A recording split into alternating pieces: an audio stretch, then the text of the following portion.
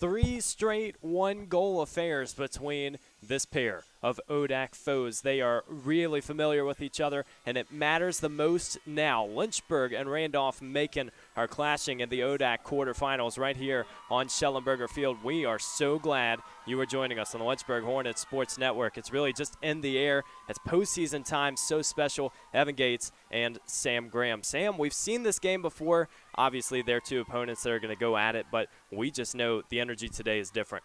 Well, just a couple of weeks ago, we saw these two teams meet down below, and you already mentioned it. I mean, the one-score games in this series, off the charts. I feel like we're getting an overtime game today, but nonetheless, one thing we do know, it's exam time, right? I mean, it's one and done. You lose this one today, that's the end of your season. Expect a hard-fought game. Well, we know that these opponents obviously have so much at stake. We have Lynchburg with Coach Rafferty in her first season. Coach Jared Talski has really taken this Randolph-Macon program to new heights, an ODAC postseason win in every single game. We're going to go ahead and take a look at the keys to the game, the pregame stats, and we know that Lynchburg coming into this game is really going to have its hands full, a really rough end of the season just in terms of scheduling. You know you're going to play some difficult opponents, but obviously, Randolph-Macon has scored at a high rate and then 8 assists on 16 goals per game. That's 50%. Well, and you mentioned that tough stretch of games for Lynchburg. You have Roanoke, Christopher Newport, Washington, and Lee all there together right there at the end of the year. So maybe bringing those stats back to reality just a tad. But this is a Lynchburg team that can score, but I think a lot of it's going to come down to the defense today if you're on the Lynchburg side of things. How much can you limit this Randolph-Macon team? You see coming in 16 goals a game. And, Evan, that certainly has kept pace in this series. All these games, it's always, 15, 16 type score games, especially over these last several years. So expect this one to lean shootout, so whichever team really rises to the occasion on defense might be the winner. Well, not a matter of if, but when the goals are going to happen. We know this is a game that you come into expecting goals, but it also just shows the veteran presence. This is postseason time. We know veterans are very important, and this is the Lynchburg defense that has really been led by those upperclassmen throughout the season. And so you have to imagine if you're Coach Rafferty, yes, it's somewhat new territory being your first ODAC postseason game, but you have a lot of players to rely on. Absolutely, and we'll take a look at a few of those players as we typically do. We'll start with the visitors first, and that will be Evie McNeely, the leading scorer for this Yellow Jacket Ball Club. 52 goals on the year, tally on 18 assists to go with it. McNeely, again, you want to talk about the straw that stirs the drink. That is McNeely for this Randolph-Macon team. The Smyrna Park product, all ODAC tournament team last season. You mentioned Macon every year getting at least one win. She'll be huge. And then Lynchburg has their own powerhouse up front. Sydney Dumas, she has been incredible. A goal in every single game. You try to really write the narratives. You could say it could have been a cold spell. Yeah, throw that out the window. 5 goals in her last game. She has continued to perform with 9 hat tricks. And if you're Lynchburg, you have McKenna Steinow out for this game. Sydney Dumas has to be special.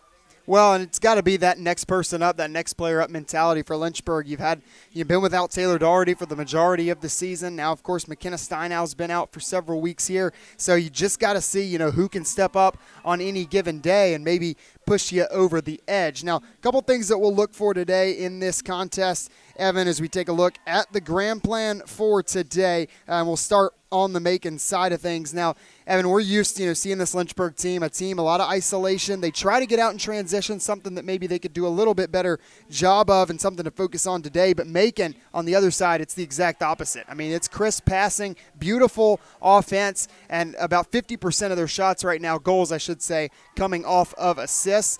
So stay patient. This is a Lynchburg defense that has at times struggled, especially situationally with their opponent shot percentage. Randolph-Macon on the other side hitting over 50% of their attempts, one of the better clips in the conference. And secondly, got to be the first 2 loose balls. The hustle plays matter more. They should count double when you get into the postseason, whether that's ground balls, draw controls. I know draw control is a big thing that we watched last time these two teams met. Those are going to be the plays, I think, that the more of those you can make, the better you'll be if you're Randolph-Macon. And on the Lynchburg side of things first, what do you do when your opposing offense is great at working the rock around? You got to be disruptive. Lynchburg's got to clog those passing lanes and make things uncomfortable. And finally, Lynchburg got to be better, got to be the best team in this game on the free position. That's on both ends, defense and offense. Lynchburg clean some things up there, could make a world of difference. So much to consider. We'll be back with the start of this one, 60 minutes fresh, a chance to go to the ODAC semifinals and make a date with WNL. We'll be right back on LHSN.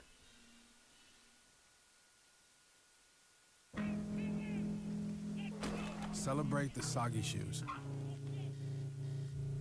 and the slow starts. Celebrate the lessons learned along the way.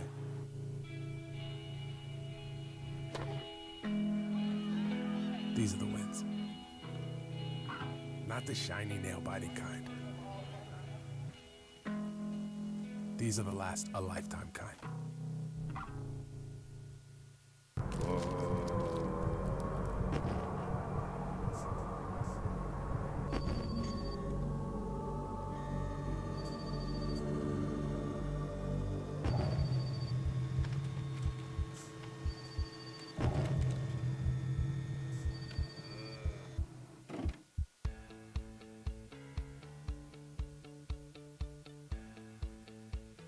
Being a part of the different activities and organizations that I've been a part of, I'm actually able to see myself where I'm like, hey, I actually can make a change. I'm one person that can make a difference. Division III has helped me to develop teamwork skills, critical thinking skills, time management skills. It's not just about basketball, or it's not just about school, it's about developing yourself as a person altogether.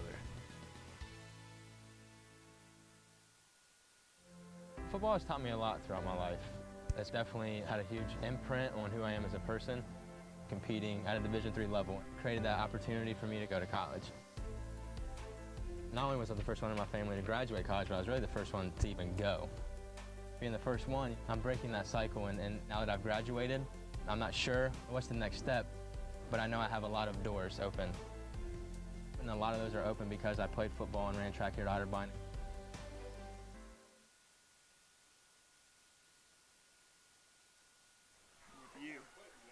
LHSN presents the ODAC quarterfinals here on Schellenberger Field. Glad you're joining us. Lynchburg and Randolph-Macon, the catch-up mustard battle happening in the Hill City, and we've got a lot of fun on the way. We'll go ahead and introduce you to the starters, but maybe the biggest point is that Kayla Brady has cracked the starting lineup for Lynchburg. She started during the entire field hockey season, one of the best field hockey players that you will see in Lynchburg's really strong roster that made a quarterfinals run in the NCAA tournament. She is on the field starting, and Sam, we know she could be a difference maker. Well, and for Kayla, I think a lot of it this year has just been acclimating to the sport, and you can see it a lot just if you watch the body language, see how she's starting to round into form of being a lacrosse goalie. Obviously, like you said, her background in field hockey, same position, very different sport, and the way that you kind of play those balls, the way you play those shots, it's a lot different. Kayla started to round into form a little bit, 20 saves on the year in limited time, mainly been the backup to Corinne West, but yeah, gonna get the start today, her 9th appearance of the season, and she'll probably be tested early and often by a Macon team averaging 30 shots a game. Clear to see the coaching staff has confidence in her as Taylor Middlestatter and Tori King take off from the circle, and right away Neely Morris into action, sprints towards the goal through.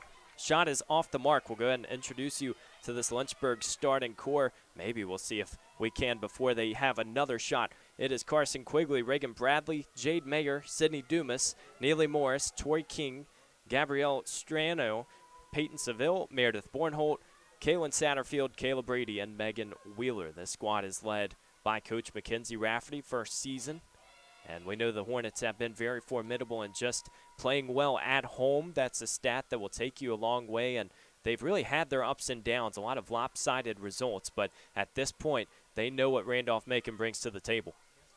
Hornets 3-1 at home in conference games.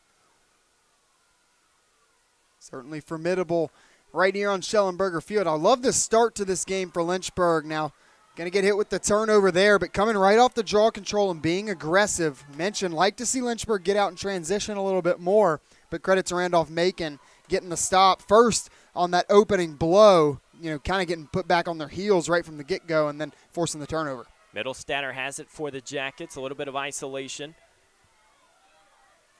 Dodges in and out. Oh, wow, nice move. Flag is up, and so we'll see if it goes. Shot on the mark. There you go. Randolph-Macon opens up the scoring, and it's the player to watch. Evie McNeely gets things rolling. The Yellow Jackets strike first.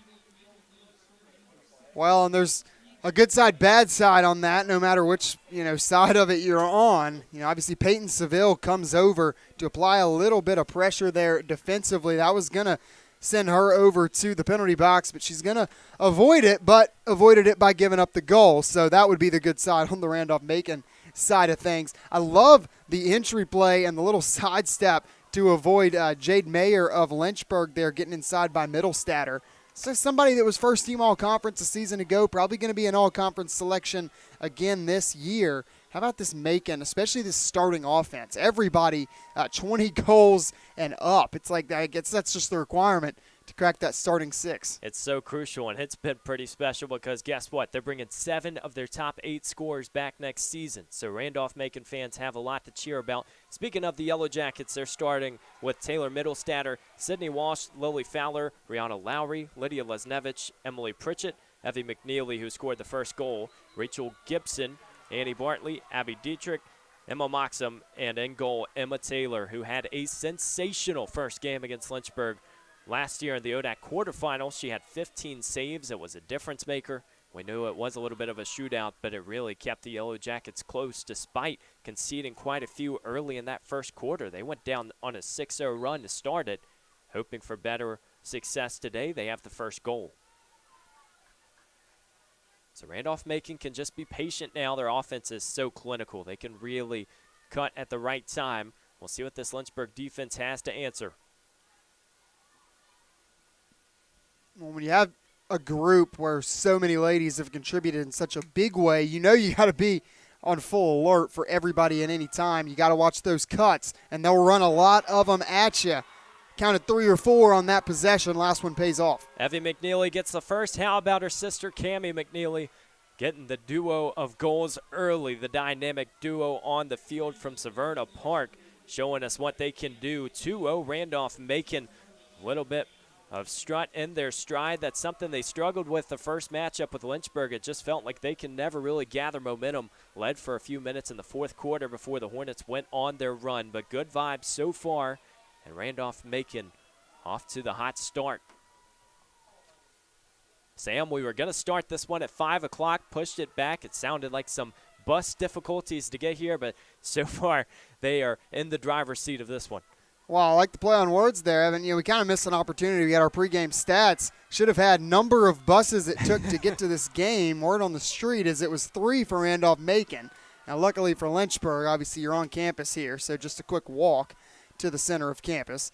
But, yes, I mean, and you always wonder how teams are going to respond to that sort of adversity. But for Macon to come out here and get these 2 goals to take the lid off of things, I think that's a great start. Well, and sometimes, too, it just really releases the nerves early. You go out, routine's a little bit different. Maybe you just go and stay true to how you play.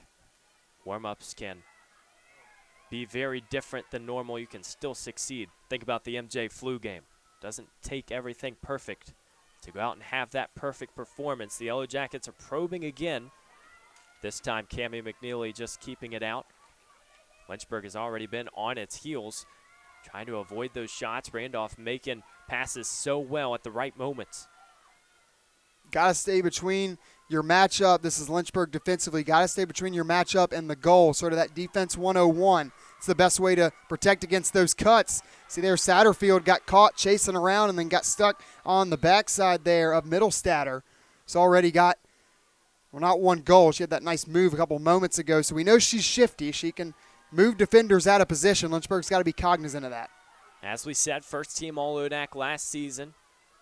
Draw control in every game, goal in every game but 2. She has been filthy as Lynchburg almost struggling to get across, and now Sydney Dumas off to the races.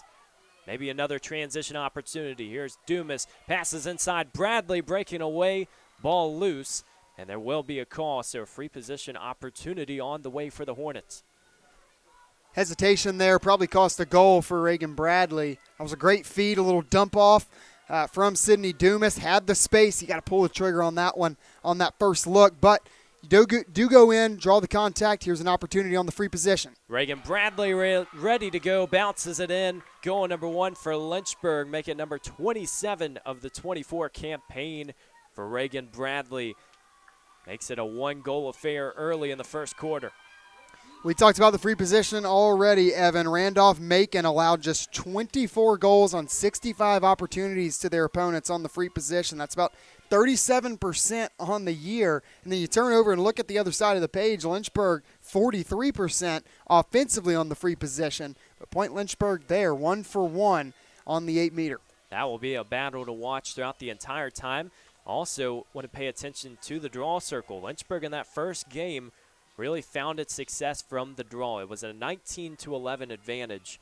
You know, you can go back at different games and look at the struggles that Lynchburg has really had in the last few. That's something that has to change if they want to stay in it, and Randolph-Macon getting momentum early. Contact to Sydney Dumas there. Didn't catch the play. She went down to her knees there temporarily. Hopefully she's all right. Somebody Lynchburg, especially down Steinau already, cannot afford to lose her. Looked like she was shaking her left hand, hoping everything is good. This one goes over the top, off the mark. Randolph-Macon still right on the doorstep. An orthodox save there for Kayla Brady. Save nonetheless. Brady has a few of those. We've talked about it throughout the season. The transition to lacrosse so different, as this shot will not be saved. Another one for Cammie McNeely firing it home. The freshman getting it done early.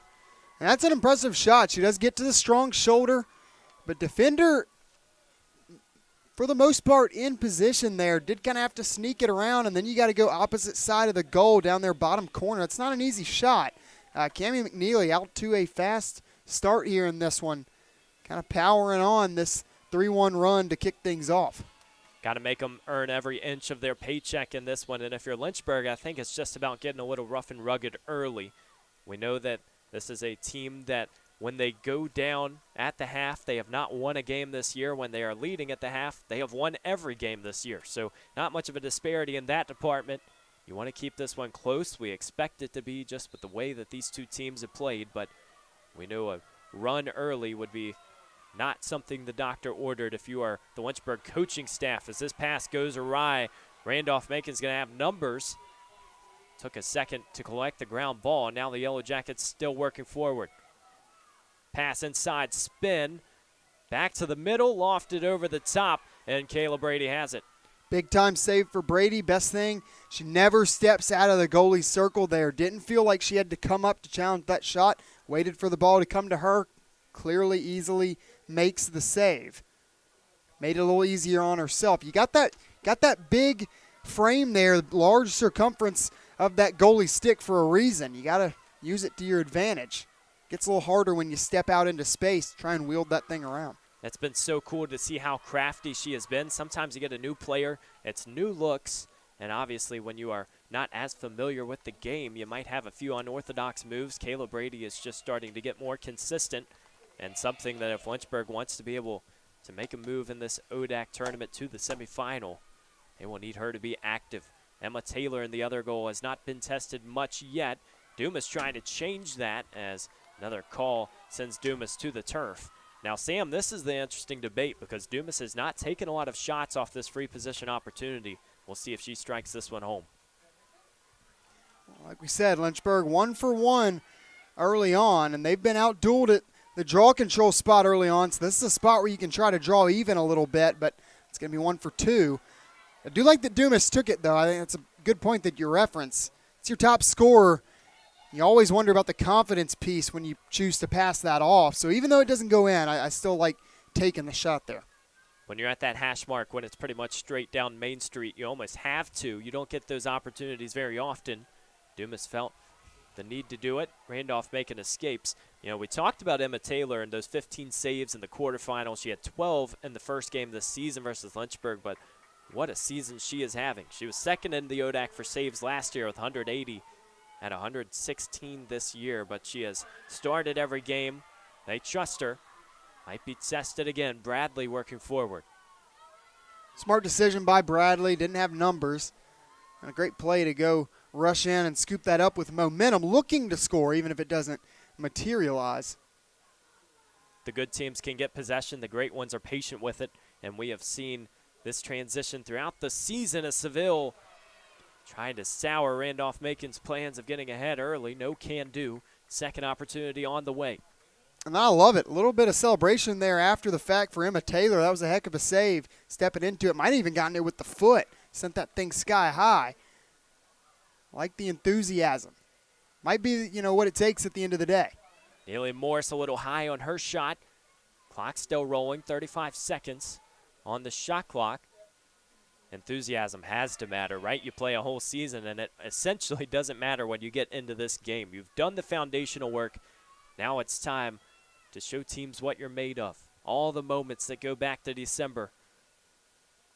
Will it be a big-time finish in Lynchburg? And Evan, I don't mind Lynchburg taking their time a little bit more on offense here. You do want to get that good shot off late. They have to go. Neely Morris trying to get inside, ball free, and it looks like the Hornets are going to have a shot clock violation. Randolph-Macon's defense has been incredible so far and really denying Lynchburg's cuts. Just looked a little disheveled there. It's a fine line sometimes between patience and laziness, and Lynchburg there, you just let that timer tick down a little too far before you started to move with a little more purpose. And then when it came down to it, about 7 seconds left, Neely Morris is sandwiched between two Yellow Jackets. Very good point. We will see a green card on Neely Morris that sends her to the box. Obviously someone you want to keep on the field as much as possible if you're Lynchburg. The Hornets have had their fair share of penalties throughout the season. I think that's something that if you're Coach Rafferty, you can live with. Shows some of that aggression. Hornets going to send in Hausauer. She has been very impressive in her freshman season. Maya Hausauer, coming into this game, you understand that your strikers are going to be ready just with how the season has gone. You've had so many reps, but in the first game, you never know what to expect. And so to come in and have 4 hat tricks in your first season, you got to appreciate it, having numbers up front, especially with Steinow out. Well, we've talked about the production that Macon's going to return next year. On the offensive side, you can say the same thing for Lynchburg. Think about Sydney Dumas, Neely Morris, Reagan Bradley, Steinow, Hausauer. That's your top 5 scorers. They're all back next season. The McNeely's trying to connect the dots. Call will make it a free possession opportunity. Defense will really be the question for both of these squads. How much can they return? How much are they going to have just from a momentum standpoint? We know some people will say defense wins championships, but these offenses are fine-tuned and ready to go. Chance now for the Jackets. Lily Fowler ready to send this one on the way. Inside, past Brady and in. Heck of a move there from Fowler. Goes to the pump fake, sidesteps to the right. Brady bites, open net. All you really need to do with the 2023 ODAC Rookie of the Year, getting it done, her first goal of the game. The Yellow Jackets have 2 straight Rookies of the Year. They have just continued to rock and roll. Rihanna Lowry got it in 2022. You talk about that attack, Sam. It's just so balanced. So many people can get it done. Absolutely.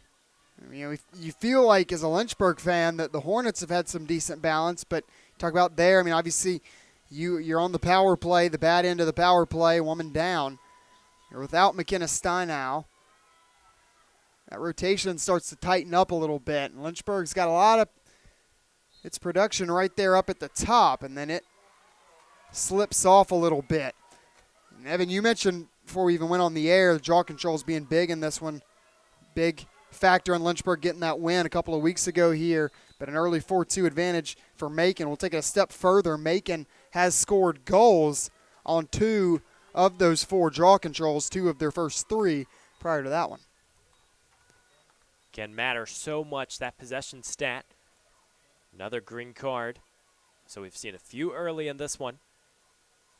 Randolph-Macon led by Coach M.K. Jaratowski, her 11th season. We mentioned how she has not failed in every single season during her tenure. She has at least won an ODAC postseason game. And so this team is ready. They come into this one winners of 4 straight. They're putting up crooked numbers. They have been scoring 20-plus in multiple affairs. And so that they are ready. Scoring is not a stranger to them. And Sam, as you said, the draw control, when it really connects with that shooting, it is such a difficult Randolph-Macon team to beat. Yeah, and I think the point you made a moment ago, Evan, you talk about that 4-game win streak for Randolph-Macon. I mean, it's important how you finish down the stretch, and Lynchburg getting a win in their final game, big-time contact there, playing leapfrog. Sydney Dumas didn't look like she was having too much fun. That's a pretty easy call for the official. Just a yellow, incidental contact will send Macon's Sydney Walsh over to the box. But, I mean, you look at the Lynchburg side of things, Evan. Yeah, you got that win last time out against Virginia Wesleyan, sort of that get-right game that you hear. But losers of 3 straight prior to that. And you just wonder how much that has to do with this 4-1 blitz out of the gates for Macon. Multiple shared opponents these teams have had, the same result has occurred. It's just the timing of it. We know Lynchburg in a lot of those early in the season, and Randolph-Macon has finished off. So we will see how much momentum matters. Whistle blown. Tori King had the window open, and now she will have a really good chance on the free position shot. Emma Taylor's done well so far weathering the storm. Can Lynchburg get their second? King back outside again. Morris, other side. Reversals inside to Sydney Dumas. Great save by Taylor. Dumas steps into that one well. Better play by the goalkeeper, and Dumas has run into that several games out this season. Just something you got to understand when you're the top option. You're going to get the full attention. But Reagan Bradley, there's always got to be somebody ready to feast when the famine strikes. Multiple shots hitting the turf and finding their way in for Reagan Bradley. She has done it all season long. Really comes down to the trigonometry. The angles have been on fire this season for number 4. Lynchburg is now just down 2. We've still got a lot of lacrosse to play. If you're just joining us on LHSN, the ODAC quarterfinals, 4:37 left in this first quarter. 2 teams who we could say are feeling each other out, but it just feels like at this point you know what you're going to get. It's just the question of if you can execute. Absolutely. We'll weather the storm a little bit there for Lynchburg and then go back to the draw circle where, again, 4-2 Macon advantage mirrors the scoreboard margin right now, 4-2 for the visitors. But Lynchburg, and I like that. You know, Sydney Dumas, she passes up the shot on that one. You know, again, I kind of already made the feelings known on that play. But then Tori King, I don't mind that. You've got a right-handed shooter on the right side. Kind of got to go cross your body a little bit, and then you got Emma Taylor in goal, kind of hugging the right side there with the stick. I don't love the angles there for Tori King, so, you know, Lynchburg sits back, have the reset, the full 90, and get a better shot. Assists certainly matter, too. In 6 of Lynchburg's 7 losses this season, they have only had 2 or fewer assists, and so to get those early, it just opens up other doors. We talked about the fact that there are so many contributors on these rosters. Cammie McNeely almost had a wide open lane, now passing outside or probing. Pass goes back to the middle. Randolph-Macon can reset. The women in black have just continued to really establish their presence. Their cutting is on perfect timing, but so many will run through before that perfect pass. Now Cammie McNeely doesn't have to make the pass. Kayla Brady gets another stick on it, and Lynchburg's heading the other way. Somebody's got to tell these goalkeepers they are allowed to use the wide part of their stick to stop some of these balls. Making it difficult, but making it look easy. Kayla Brady, midsection of that stick, did the work there. And then we've seen a couple of bouncers off the foot of Emma Taylor on the other side. But, you know, at the end of the day, just keep the ball out of the back of the net. I don't think anybody's going to complain. That's the biggest priority they're focused on. Hossauer pass inside, and Lynchburg gets another one. Jenna Norco knots it home. 1 goal affair now. And number 25 keeps on rolling this season. 11th goal in the 24 campaign. Evan, they call her Batman, and clearly sneaking around at night behind the back lines. Does the work for Lynchburg. No sweatpants today for Jenna Norco. She's on the board.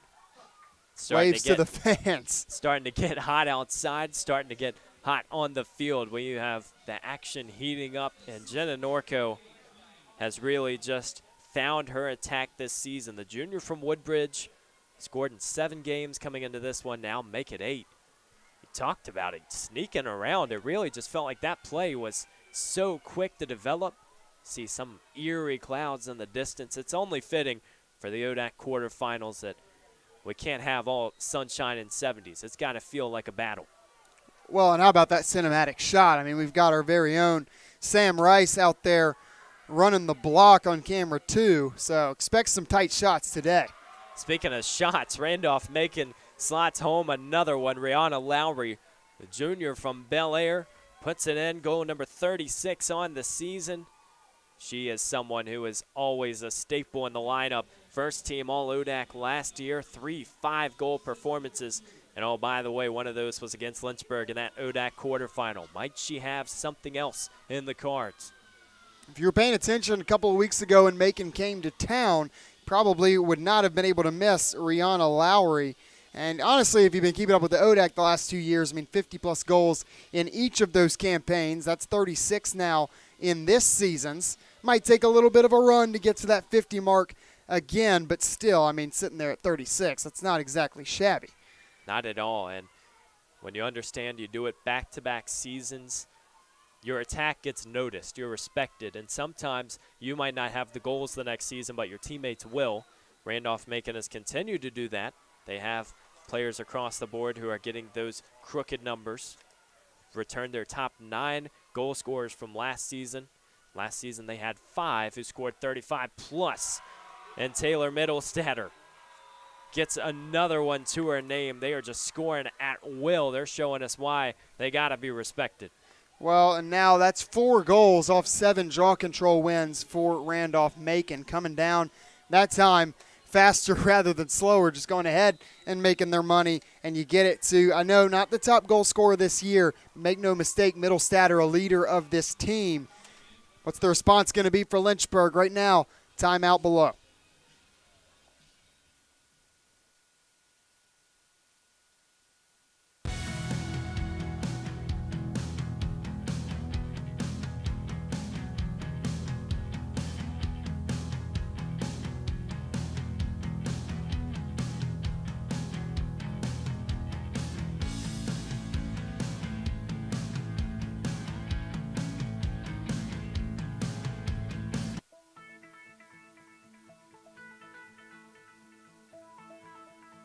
College has given me the flexibility to pursue my passions and my interests, and I've recreated my identity for myself aside from just being an athlete. My greatest personal discovery has been that I am capable of doing things that I didn't know I was capable of doing. To be able to study what I wanted to and continue to play the sport I love, all of those things came together very nicely in one package in Division III.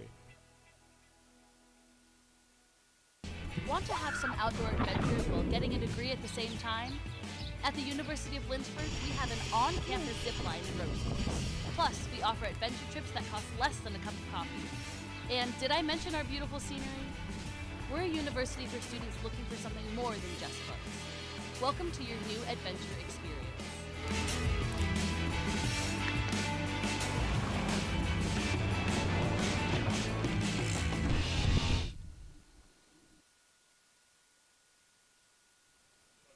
Well, folks, collegiate athletics are always a unified effort. Win as one, and Lynchburg had an ODAC champion. The men's golf team get the ODAC title, and really throughout this season, we know golf is such a tough sport because it is such a long season with the training beforehand as well. But we would like to congratulate the Hornets on the title. Golf. The women's team has been continuing to find success as well, and so we know that up and down the board, it just feels like teams start getting momentum from one another. Yeah, golf, a great season, and then coming up big time in the big moment there.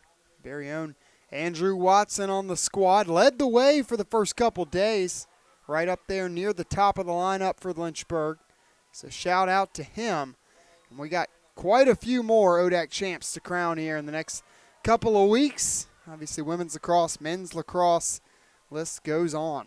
Gets real really quickly, and we know that the ODAC is a conference where it is never a given.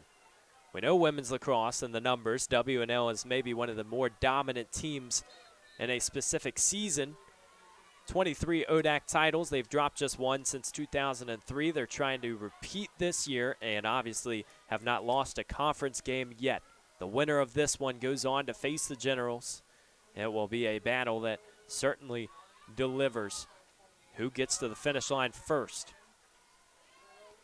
Hossauer tripped up. Oh, there's a little extracurricular activity. It might not be a card. We'll wait and see. Oh, yeah, this one is going to be called on number 28, Emma Moxham, the sophomore from Street, Maryland. Well, and that was interesting because official at first pointing the opposite way, I believe signifying Randolph-Macon ball. Yeah, that one would have been Reset. really met with some disapproval, we'll say it that way, from the Lynchburg faithful if it was called the other way. Sometimes establishing your presence early can make that call more of a 50-50, but Lynchburg has it. Now the area code shot off the mark. Taylor has it. Good play design there for Lynchburg. That's the same play that Norco scored on a moment ago coming from the opposite side, that sweeper right across in between lines of the Macon defense, and that time sort of like an option play, make the football comparison. She finds Dumas over there unmarked on the goal line extended, and then Dumas just hits the wrong side of the net. Right idea, though. Lynchburg now transition. Here we go. Good screen by Dumas. The Hornets have space as well. Moving forward, quick pace. Neely Morris says no, let's wait. And now Lynchburg can start the carousel. Passing has been protected throughout this game. We've seen a few in transition that have gotten away, but overall Lynchburg is getting the looks that they want. Time and score, situational offense. Morris sees 3-on-3 break. Then you have the goalie, obviously, to account for as well. You look at the time, 45 seconds, and she pulls it out once the full possession. Now Lynchburg's going to give it away. Advantage Macon now, 20 seconds. 9 combined saves in this first quarter. That might be the narrative to watch. 20 total shots. Right now, Randolph-Macon just has the disparity on the scoreboard and maybe a result from some more open looks. They'll try to get one final one. Ticks going down, 4 on the clock. Do they have a final Hail Mary? Doesn't look like it. That's how our first quarter will end. So the first 15 minutes go the Yellow Jackets' way. We will regroup and come back on the other side. Lynchburg trailing by 3 on LHSN.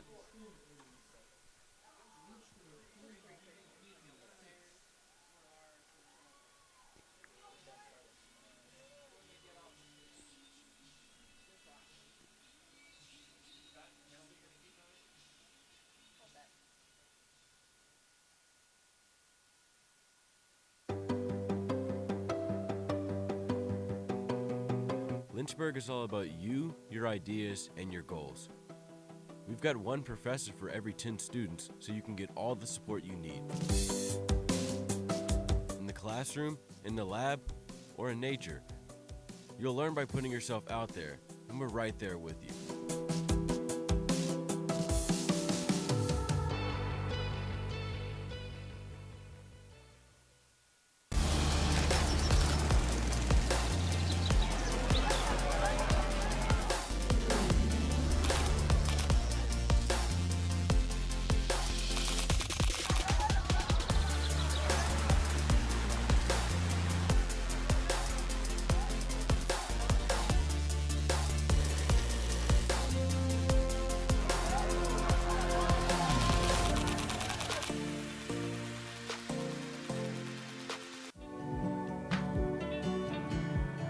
I wanted to be a physical therapist probably starting about halfway through college. I love the concept that exercise is medicine. You know, we're starting to discover that exercise really can remedy many of the things that we thought that only surgery or only drugs could remedy in the past. When the student comes here, it's because we believe in them, it's because we want them here, it's because we believe they'll be successful. The faculty here are devoted to their development, not only academically but also professionally. We're not so inundated with things that we don't have time to make students one of our highest priorities. We have your back. We're gonna help you through that. If you're willing to work, then we're willing to put the work into it and the effort to help you succeed.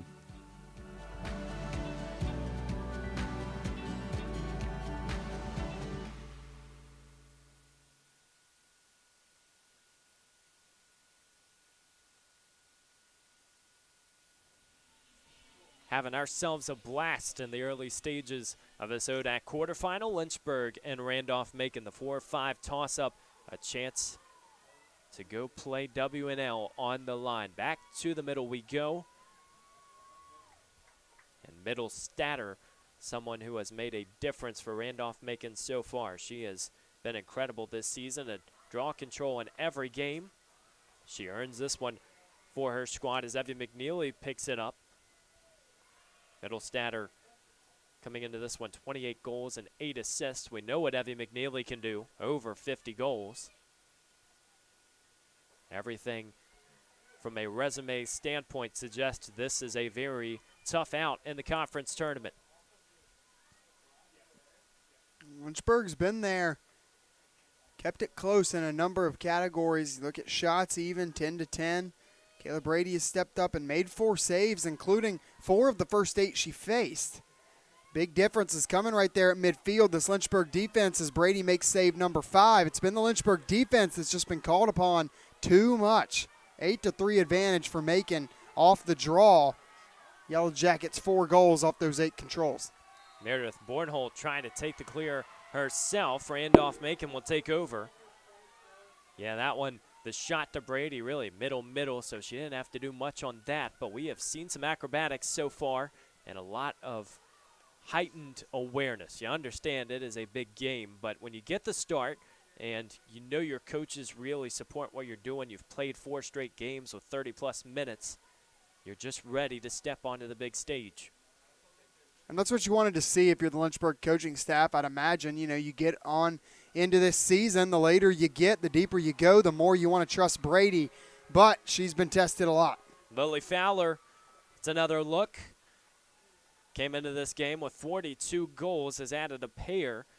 The sophomore from Phoenix, Maryland, just making it look easy. That one, a lot of isolation, something that Lynchburg has utilized throughout this season. Randolph-Macon can pass, but that was just a pretty nice wraparound for the goal. That time, that's points off turnovers. Lynchburg defense stands tall. Meredith Bornholt gets out in space and then gives it away. And quickly, first shot down on the other end.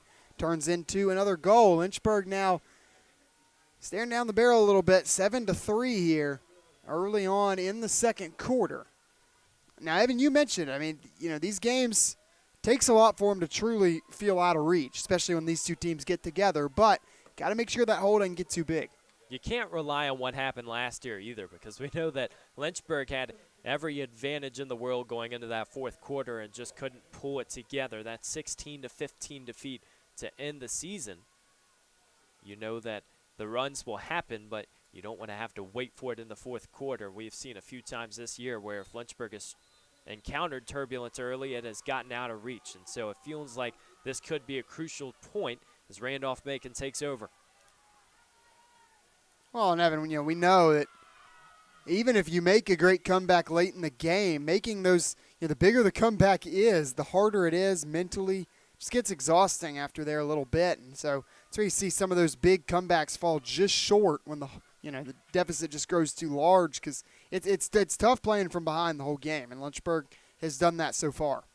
Well, it's one game and in too for these quarterfinals, but you still know that the more you really have to battle in this round, the next round gets just a little bit tougher.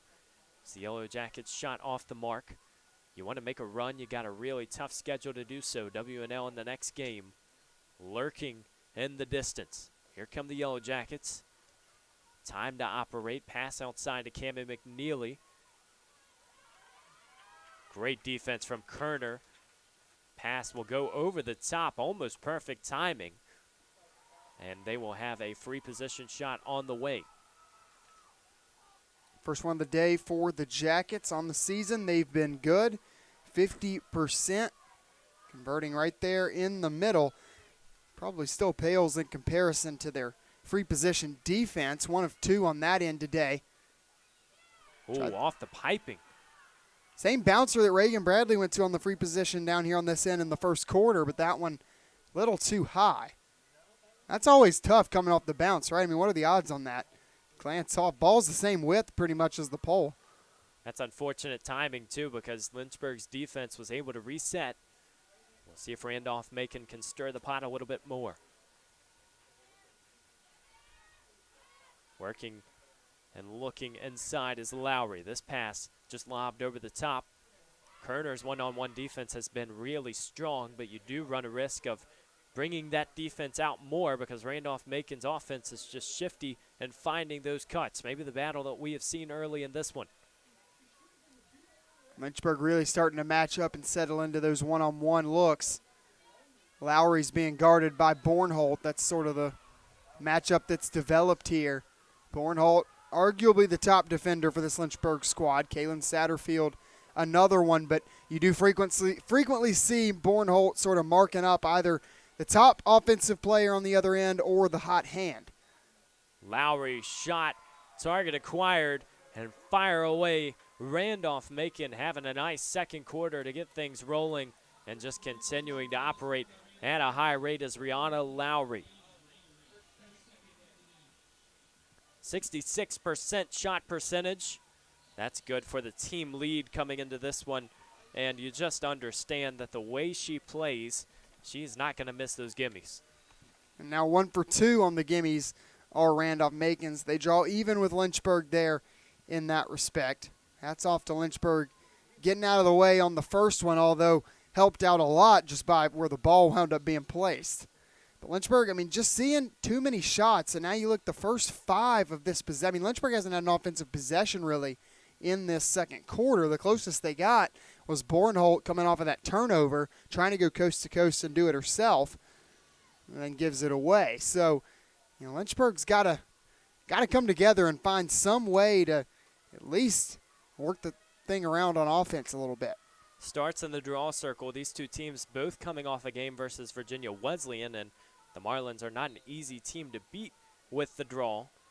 And Randolph-Macon's game, they had an 18-16 advantage. Lynchburg lost the battle 15-12, so it's tight numbers. And obviously, Lynchburg has really been reeling, trying to find their footing here in this second quarter. Can Randolph-Macon take off?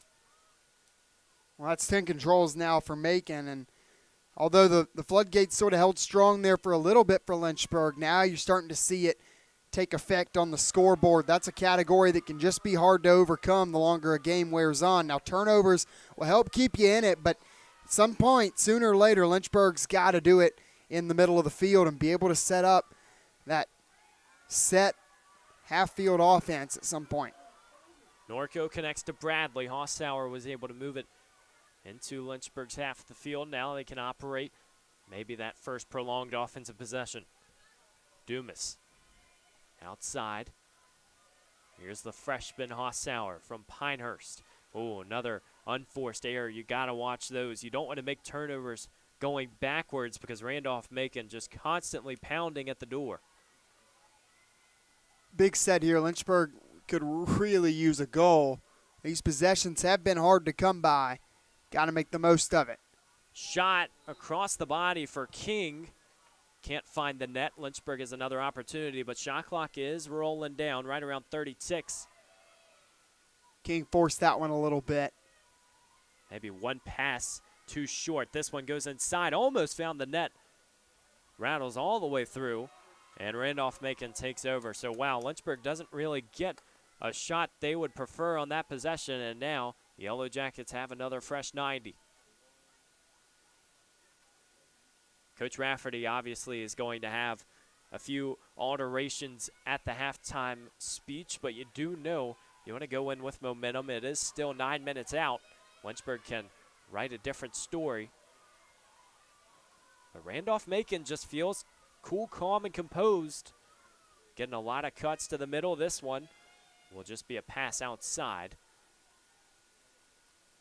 Morris for Lynchburg going to have to check those feet a little bit, where she's got to stop and let the defense take over, getting chirped out a little bit by the Randolph-Macon sideline. Not sure if that was directed at Morris or the official, just giving a helpful hint there. Just a reminder. they seem to feel like they saw something there right on that line. And Lynchburg, I mean, you know, they'll press the envelope on that. Dumas do it a lot as well. And you like that, and you like the aggressive nature, but don't want to have those unforced miscues. What's that cohesion, too, that Lynchburg has really found success with? Just being able to stay connected. Evan, I'm not sure this one's going to end on time. Well, we don't want to insinuate anything, but the weather, we talked about it being a little eerie around, and it's starting to deliver. But we will keep our eyes. Oh, never mind that. we were going to try to keep our eyes on the field. It took about 17 seconds for them to call this one. We might have a weather delay on the way. Well, I mean, this is playoff lacrosse, right? I mean, no shortage of dramatics here. I mean, we have the 3 different buses just for Macon to get over here to Lynchburg, and now hopefully that bus didn't leave because they're going to need to hang out inside here for a little bit. I mean, we're just all over the place today. Can't tell if somebody's stomach's growling or if we have some thunder in the distance. But either way, we're going to have a quick break on LHSN. We'll try to keep you updated as much as possible. And, hey, maybe Lynchburg can use this to their advantage, have a quick talk, and try to get refocused. They're going to need to because Randolph-Macon has really packed a punch early, up 8-3. 8:15 left in the second quarter. Weather delay on the way. We will be back, hopefully, on LHSN.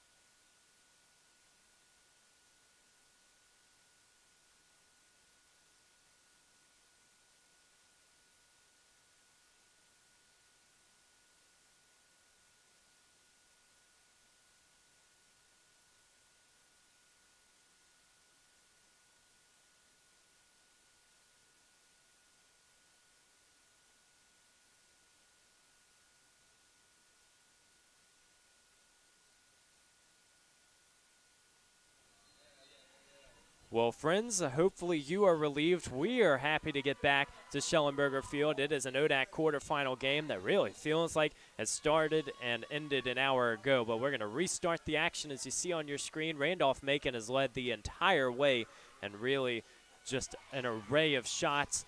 15 shots, 8 goals for the Jackets, shooting just over 50%. Lynchburg still trying to find its footing. A few good saves from Kayla Brady. She has been crucial, and then you see the opportunities on the other end. Emma Taylor has really swallowed them up. So, new ball game, kind of, sort of. Randolph-Macon still up 5 when we restart with 8:15 in the second quarter. Evan Gates and Sam Graham. And Sam, you know, coming out of the locker room, it's a very different feel. But if you're the two coaching staffs, what are you telling your teams? Well, if you're Lynchburg, you look back on past history. They had a game like this early on in the season, responded in a phenomenal way coming out of the extended break. Now, the difference in that game, they were already up when they went into the storm delay. Obviously, right now, having to climb out of a bit of a hole. And you mentioned Kayla Brady. I think you got to keep leaning on her if you're Lynchburg, but you also hope that you can keep her a little bit more clean. Jackets have scored the only 2 goals in this second quarter, which is about halfway gone now. And if it wasn't for Kayla Brady playing arguably her best game of the season to this point, getting that first start, I mean, this game could already be out of reach. So everybody on this Lynchburg team better be patting Kayla Brady on the back, but hopefully the Hornets can start to rack up some more of these shots of their own. Great first opportunity, but Taylor has it, and Randolph-Macon's heading the other way. That was an excellent pass from Tori King. I think you make a very good point, especially when you look at Kayla Brady's stats the last few games, heightened minutes, and so she knew the expectation coming in. She's back in goal for Lynchburg. Really has to start now. You want to get a few goals back if you're Coach Rafferty. Some scoring that has gone across the board for Randolph-Macon, and Lynchburg, who had a shot in the first 8 seconds. Neely Morris took one and missed. It just feels like ever since the Yellow Jackets have used possession well, they're taking their time and making the passes when it matters. This one inside, rattled around. And second opportunity, Macon will just tail out. Well, and other than those Kayla Brady saves, Hornets have just had a really tough time getting off the field defensively. Now, they've forced a couple of turnovers, but then it's stuff like this, having a little bit of trouble corralling the ground ball and, moving, mobilizing that offense down the field, and that's resulting in Macon being able to stack some of these shots up together. Now, the shot disparity not large, 15-12 after that last possession, but Lynchburg, unless something changes in the draw circle where right now Macon up on Lynchburg 10-3, the Hornets are going to have to start taking more shots than their opponents, making those possessions a little more worth their while. That shot category is almost impressive when you consider that they have 7 fewer draw controls and still able to keep it somewhat tight. Lynchburg now probing in the area. Seville had it, maybe a chance, maybe a little too patient, but this time it's Dumas down Main Street, fires home. Number 7 gets Lynchburg back on the board. The first after the restart. It's just a 4-goal ball game. Well, when Seville came down the field, I wanted her to look to her left. She had Strano unmarked right there in the middle of the field. Wasn't able to work the pass to her. Then Strano clears out. Center of the field's open. Dumas sniffs it out, runs right down that center cut, takes the pass, finishes it off. So nice play there for Lynchburg. They end the quick little run from Macon, get their first goal here of the second quarter. But, Evan, you don't even want to look at this like, oh, we got to make these 5 goals up in the second quarter. Just get a little closer before halftime, lean on that defense, take care of things one possession at a time. But I love Sydney Dumas getting that goal. Lynchburg, obviously it's great when you have a couple of different people that can contribute, but when you get down to this juncture of the season, you want your star players to take over. So the more of Dumas, the better. That one might have meant a little bit more than the others in the sense that you're just trying to refine your footing, and halftime is only 5:50 away. Granted, it's not going to be as long as this rain delay, but you do want to get your momentum rolling now. Sydney Dumas and Lynchburg have the draw. Hornets trying to connect the dots again, and you can tell a little more urgency on offense. Cuts into the middle. This one over the top, rattles through, and Macon's going to take over. Ground ball collected. Oh, but a little trouble and turbulence, and Lynchburg steals it right back from Evie McNeely. So good with the stick is Kaylin Satterfield. One of her best attributes is one of these top-tier defenders, senior here for this Lynchburg team. They'll miss her services next year. She just snagged that one out of the air. But, Dumas coming away with that draw control a moment ago, Evan, that it's all tied together, right? You get the goal, everything else starts to fall into place a little bit better as well. Was going to say she was like a lightning bolt from the middle of the field, but probably not the time to say that. We'll keep the weather out of the equation. Lynchburg looking to pile up a few goals as we head into halftime. Evan, I dare say Macon had a little bit more vocal energy coming out of the lightning delay, but Lynchburg on the field looking a little bit more chipper. Both teams were pretty vocal in warm-ups. You know, you're just trying to hype yourselves up. It's a very different field right now, knowing that it is very wet rain downpour. Talk about a downpour. Lynchburg, Sydney Dumas. You look at the stat sheet. She has been on fire this season, keeping it rolling and putting Lynchburg on her back early as we restart. Look at this, just critical. Can't press up on Sydney Dumas. Now, Lynchburg's gotten into trouble on that a couple times on the defensive end. That time, Sydney Walsh, some 7-on-7 crime there, just overcommits, presses too hard. Dumas is too quick. You just can't do that with Dumas. Neely Morris, really, Reagan Bradley's another one I'll throw in there. You just can't do that with some of these nimble offensive pieces here for Lynchburg. They'll run right by you. So you got to, again, we said it earlier, right, Randolph? You know, Lynchburg trying to guard Randolph-Macon was doing a poor job staying between their opponent and the goal. Well, now we'll give the same advice to the Yellow Jackets on defense. Got to keep everything in front of you. You know, we've had this conversation about Sydney Dumas, too. With Steinau being out, how much pressure is she going to receive? Because now we know that Lynchburg's offense is dynamic. They have multiple contributors, but you still understand she is the main threat. And so do you throw a little more defenders her way? Obviously, as you said, you overcommit, you pay the price. Lynchburg's trying to carry on. They get another draw, and Reagan Bradley off to the races. That's 3 in a row now for Lynchburg after that first Dumas goal. And by the way, Sydney Dumas, 50 goals now this season. She's getting real close to 100 in her career. Just continues to show us what she's capable of doing. Reached 100 career points earlier this year. Neely Morris shot saved by Taylor and a quick outlet. Taylor is so good. That coordination has been quick. And an unforced error the Jackets' way. Lynchburg taking advantage, maybe a little taste of Macon's own medicine early in this one.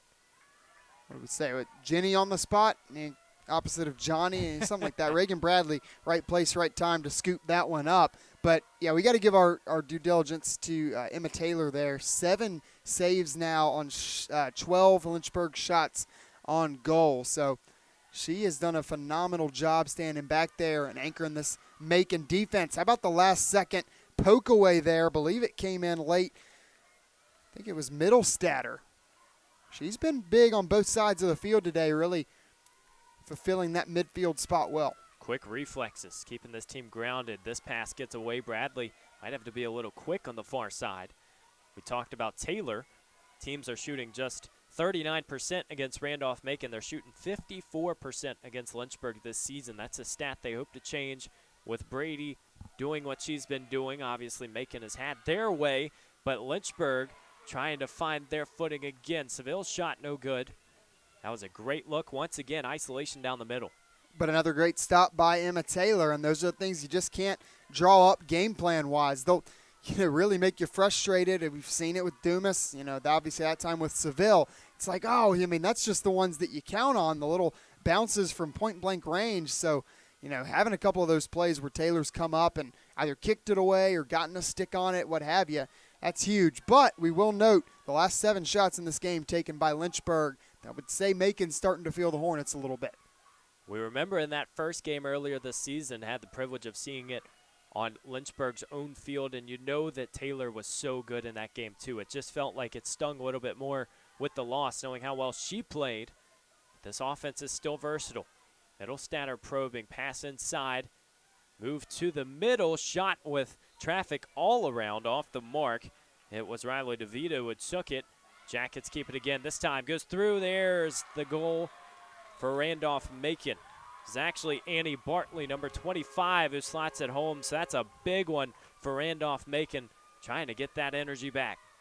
Well, how about that? Wrapping around from behind the goal, get the nice look, the ISO cam on Macon's Annie Bartley. She comes flying in from the back row. Beautiful feed from that backside X. She finishes it off. It was a nice job tracking it originally by Brady on that first shot, but she's unable to get to that ball and you're just looking there. Oh, man, Lynchburg, this could be a backbreaker there. And Macon applies it. Big-time goal to answer the 2-goal run and maybe stifle this Lynchburg energy attack. Poetic stuff from Bartley. Randolph-Macon has double-digit assists in their last 4 games, all wins, and so you would expect they're going to have a few of those tic-tac-toe plays. They really have just kept it rolling. Play is never over. So much movement from Coach Jaratowski's squad. Lynchburg battling hard for this draw control. Dumas on the other side. Randolph-Macon is going to take over. That's a big one for the Jackets, and now they got transition. Pass inside. Another one just over the head. Who wants it? It's going to roll through, and now McNeely can take over. Yeah, that was a great feed. Tough break. Might have been another goal. Bartley round 2. Another shot. Up and in for number 25. Her length and size are really posing problems for Lynchburg's defense.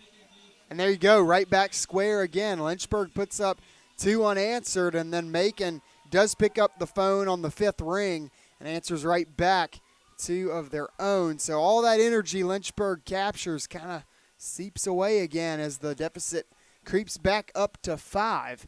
Macon now once again feeling pretty good. Again, you get caught off guard maybe a little bit coming out of that delayed break, but now as you head into another one, halftime 75 seconds away, feeling a little bit better about things. That's why it's so hard to open up a deficit in these games, because when you're in a hole by 5 goals, it just seems like the other team is ready to shoot their way back into the game. Randolph-Macon gets a pair.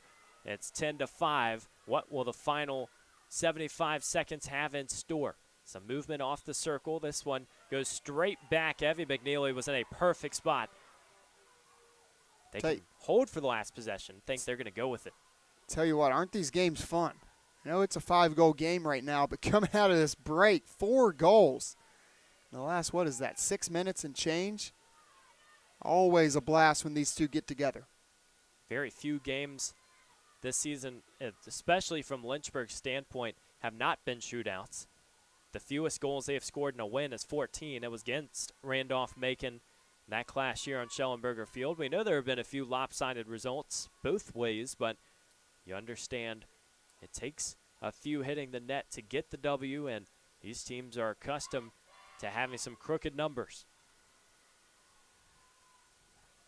Giving up those 10 first-half goals, I mean, that's definitely going to be the emphasis you'd imagine in the halftime speech, and even 6 in the first, 4 in the second.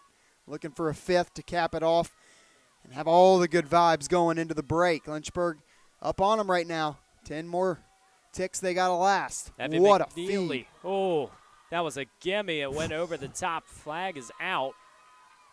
Goodness gracious. That was highlight stuff. I mean, what a pass. Barely even noticed it, how quick it was. Just a flick inside. We'll wait, and looks like 5 seconds will be on the board. Plenty of time for Randolph-Macon. Almost always this will end up being a shot. We will see what hash mark the Yellow Jackets will suit up at. Conference of the referees, 5-6 to go. The Jackets have taken the last 4 shots. They were being outshot 17-15 when Lynchburg made that quick run. And now Randolph-Macon still shooting over 50%. Well, it's been all about the run since we got back things going. Obviously, Lynchburg put together the first one, and now here come the Yellow Jackets right back. Can end with an exclamation point here. Evan, you got 5 seconds. I wouldn't say this is hook, line, and sinker going straight for the shot, but now you got to be crisp with the pass, and it sort of relies, does Lynchburg overcommit to assuming McNeely's going to take the shot? Let's see what happens. Yellow Jacket stud showing us what she's all about. Pops the net. Laser tag stuff for number 16. She's been doing it all day long. Got the scoring started for Randolph-Macon just what feels like hours ago, and now Randolph-Macon has something to sit on, up 6 going into the half. Well, and that's why I'm up here. I mean, sometimes don't overcomplicate it, right? You know, Evie McNeely, your leading scorer on the season, just put the ball in her stick, let her go to work. That's a dead center cut shot. She makes the most of it. 2 steps, fire, boom. Macon answers that 2-0 Lynchburg run with 3 of their own. Always dangerous as Evie McNeely. The junior from Severna Park came into this one starting all 18, 52 goals, 43 draw controls. I mean, you go up and down the stat sheet. It is just so impressive what she has been able to do for this team. And obviously, in the big moments, she has her team in a really good spot heading into the half. As Lynchburg is trailing by 6, they're going to have to do some legwork to get back in this one. You could say it's the second intermission. We had a rain delay / lightning delay, and now we've got halftime here in the Hill City. We will be right back for some halftime stats and analysis. On the other side, the women in black up 6. I was really attracted to Lynchburg primarily because my dad went here. He is an alum, so I kind of have that close tie of being interested in this school. And the school had what I wanted to study. I knew I wanted to help people in the area of health and wellness, so the health promotion program was definitely a program that drew me in. And from day one, I've been in love with it, and I wouldn't have chosen any different. I have never had better professors or teachers in my life, and I think here at the University of Lynchburg, the professors definitely care about their students, especially in the health promotion department. These professors want you to be educated, want you to have the experience, and just want you to feel confident going into your career path following your collegiate education. You just feel like you're cared for here and that you matter, and that no matter what, at the end of the day, you're going to be successful. And the people here really want to be here, and everyone has a purpose, and it's just a great environment to be in. Get your career in the game by enrolling in the University of Lynchburg MBA program with an emphasis in sport management. This program opens the doors to new possibilities for a variety of careers, from being an athletic director or working in athletic administration to working for professional organizations, your favorite team, to running a local Parks and Rec department. And employers are increasingly requesting and preferring individuals who have postgraduate education, specifically looking for an MBA. And so the University of Lynchburg Sport Management concentration in the MBA program sets you up for success, and it sets you apart from the many other people looking for jobs in the industry. Learn from winners. Here you will learn from professors and mentors who have spent their careers doing exactly what you want to do. Increase your marketability in an $83 billion industry. If you have a 3.0 GPA, the GMAT is waived.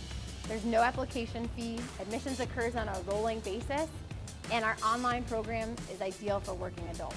When you enroll in this program, you enroll in the opportunity to learn from the best of the best. Your professors have a wealth of experience working in the sport industry that they share with you in the classroom setting. Get in the game by getting your MBA with a sport management concentration at the University of Lynchburg. Just, you know, Hollywood, here I come. Hey, I meant, yeah. The real Lindsay Piper's here. Autographs there later. My name is Davion Washington Jr. I have the honor of serving as the student body president. I have 5 little siblings. I'm the oldest of 6 siblings, and they look up to me. I'm setting the tone. I get to develop myself, make myself a better individual, but also I'm helping future generations, not even my family, but just future generations in general. I found my passion here. I found, the love for what I want to do. I just really had an amazing time here. It's changed, my outlook on life. You don't have to be famous to change lives. You don't have to be on the big screen or whatever. I change lives now, and I hope to continue to do that. Just same way that the University of Lynchburg has changed my life for the better.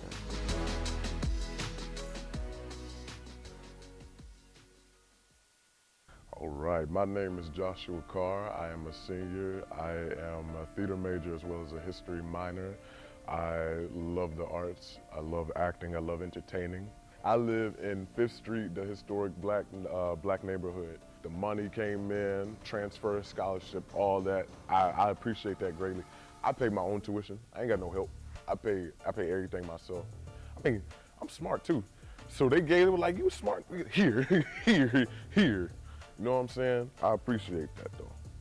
You come here to do a job. I came here to do a job. A student's job is to get that degree and make something of ourselves. We got everything for you. We got you a 24-hour library. You got these sorority fraternities. We got the shoot for you. Is you gonna put it on? That's how University of Lynchburg is. Success is in the details. You know what I'm saying? It's like you learn it, know better, do better. What I love is they allow us to speak. They want our voices to be heard. They want us to talk. They want us to bring up the discomfort. They respect our point of views. They respect Black Lives Matter. They respect the LGBT community. They respect those. You know what I'm saying? That's what I love about my school. They respect that, and they allow us to showcase and voice our expressions. I love the diversity here. I love the different interests of people here. I can act, dance, sing, box, play football. I can do it all. You know what I'm saying? I can teach somebody that doesn't know what I know, and that person can teach me something that I don't know that they know. That's what you get here. You get diversity. You get different people with different knowledge coming together, sharing information and helping each other out. That's what I love. That's why I say people. I love the people here. College, think about it. If it's not for you, fall back. If it's for you, go further with it. And University of Lynchburg will be that choice. It's gonna be right there. They're gonna shoe, make the shoe. They're gonna do what it do. It's up for you to put that shoe on. So that's what I say.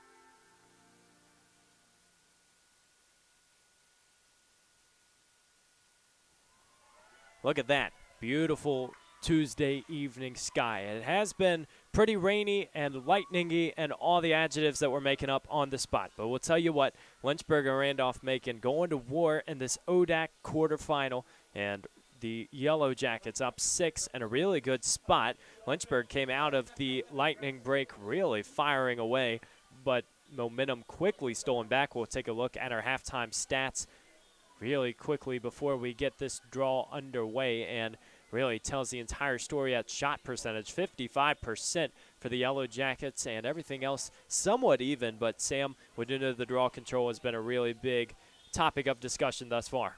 Well, Randolph-Macon 12-5 over Lynchburg in that spot. And obviously that's literally and figuratively where things are going to start in the second half. I mean, we've talked about it a couple times already, Evan. You know, Lynchburg matching Randolph-Macon for the most part in shots. Now, you'd like that efficiency to be a little bit better, and hopefully that climbs northward in the second half. But it's got to start right there at midfield, because when you can't capture the draw control, you give up shots like that. That's the 5th goal for Randolph-Macon coming off a draw win. My goodness. Emma Moxham out of the races and really just didn't waste any time. It was a block start for Randolph-Macon, and you throw away the huddle discussion after that one. Gives you a reason to celebrate. Randolph-Macon up 7, and now really tough turbulence Lynchburg's encountering. Well, I mean, how about that? You have your halftime break. You talk about, hey, We're the team in the lead. We're going to dictate how this game goes. You're up by 6.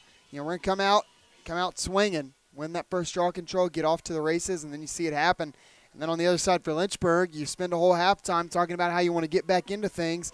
13 seconds later, you're down by even more than you were just a moment ago. So how will Lynchburg respond, and can Randolph-Macon keep their foot on the gas, I should say. So we really start to come down to it. Season's on the line here, so don't count anything out. We know that Lynchburg's got that nasty streak going against them. Had trouble putting together comebacks in the second half, but there's going to be a time to pull it off. You'd imagine it would be when your season depends on it. When no one's interested in making any friends in this game. This is the battle we've been waiting for. We really insinuated it might happen in that first matchup between Lynchburg and Randolph-Macon. That's the only reason it's here in the Hill City. Both teams 6-3 in the conference schedule, and the head-to-head goes Lynchburg's way by a goal. It was about as close as it's going to get.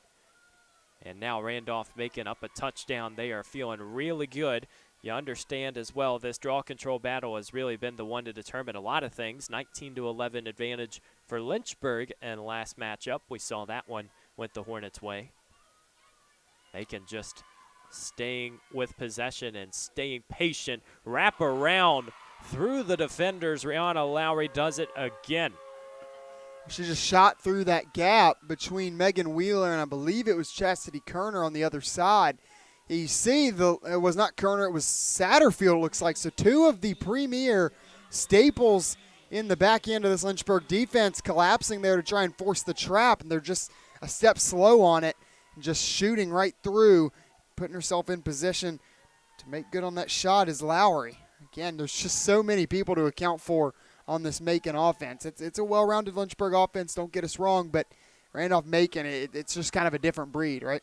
Numbers up and down the board. And that's a tough case for Wheeler as well. It's really when you get that step behind, you understand not only are you allowing that access to the goal, but there's not much Satterfield can do there without coming away with a penalty. It would have had to be an almost perfect play.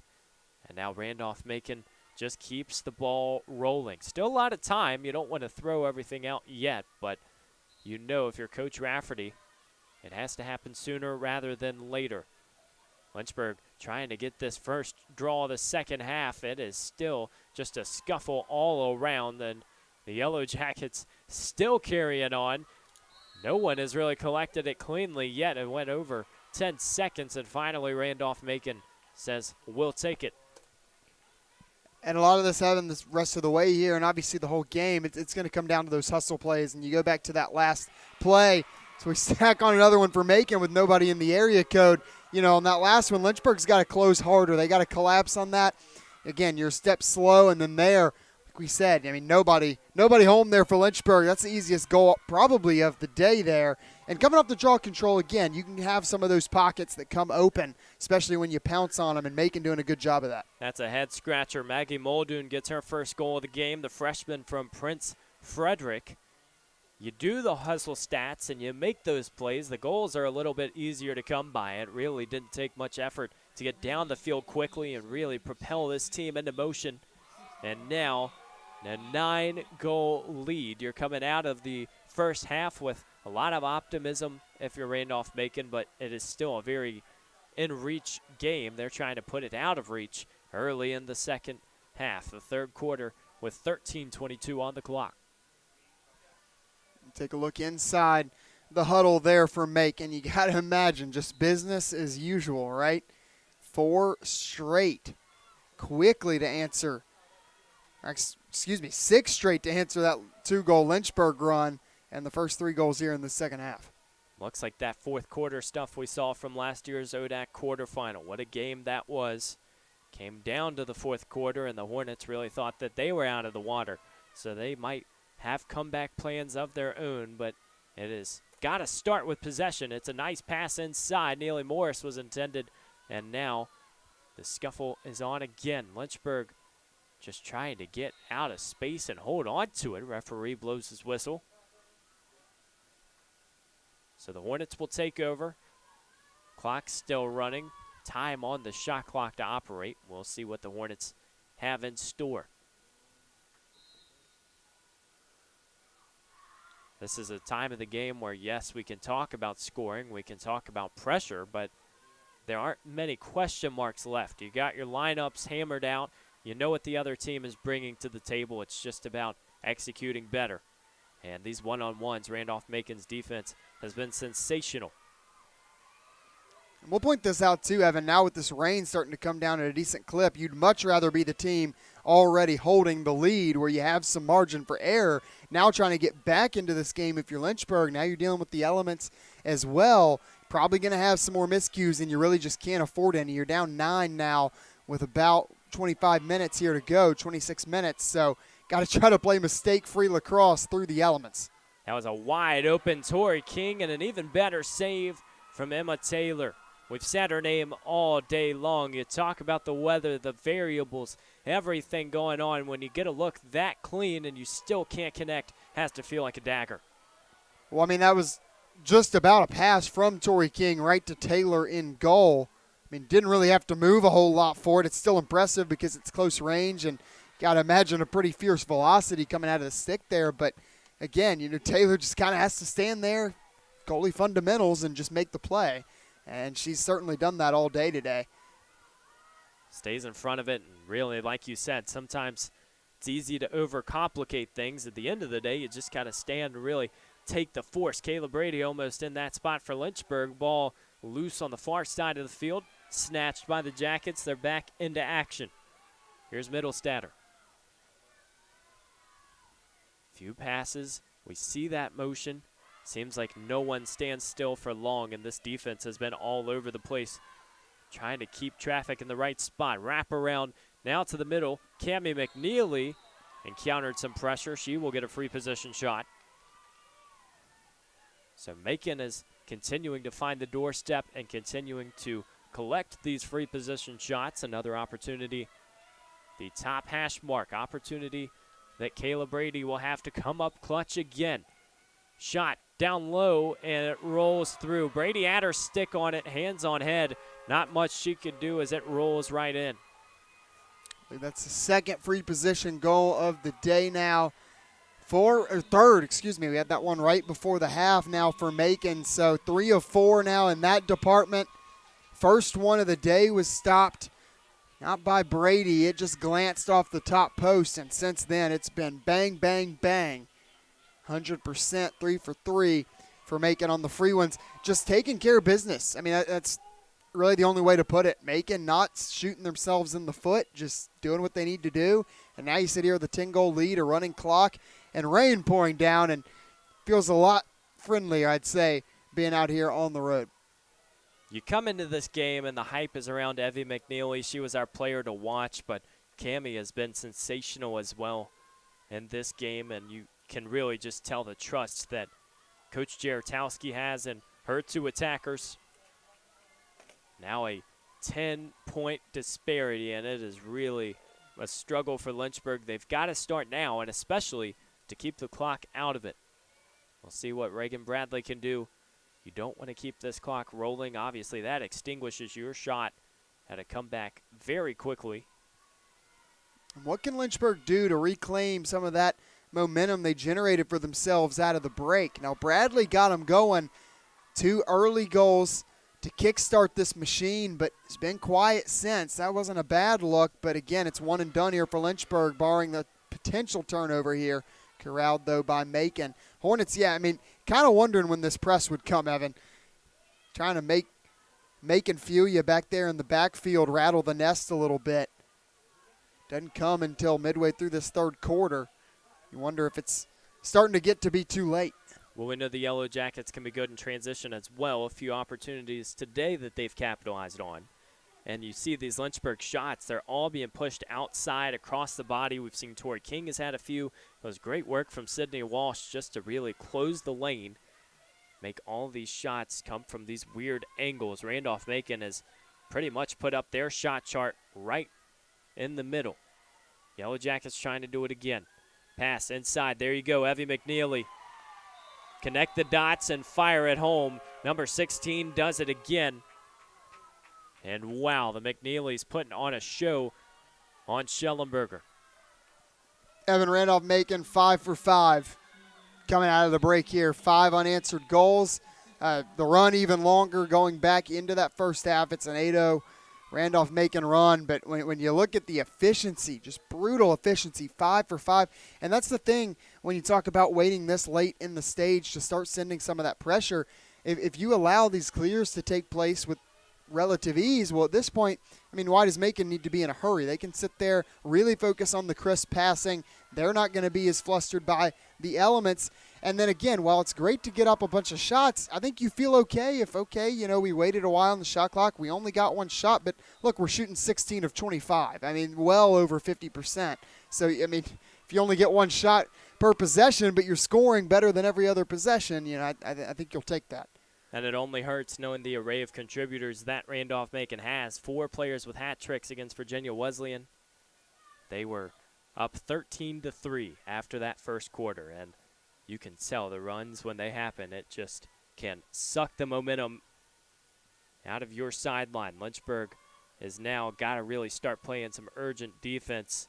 Macon can take all the time they need, just under 60 ticks on the shot clock. Here's Bartley going left, looking inside, back out. Wow, spin moves just trying to gain inches, and we have seen this on both sides. But it just seems like that pass that you need is always there for the Yellow Jackets. This one connects inside, around outside as Brady takes the save. That was really momentum going backwards. And a good save by Brady. See if that can get her sort of back into things here. She had a great start to this game. The shots have started to pile up and just had a hard time tracking them here. Again, that's another thing when you talk about the elements, this rain coming down, especially being the only player out there wearing the full helmet. I mean, it gets hard to see, and then those balls start seeming like they're flying at you a lot faster. You can kind of see that happening down below. But able to stop that one, and then quickly gives it back to Macon. And that's a problem if you're trying to get back in games. You've really got to value your possessions, or else you're going to pay the price just sitting back on D. Over 5 minutes to play in this third quarter.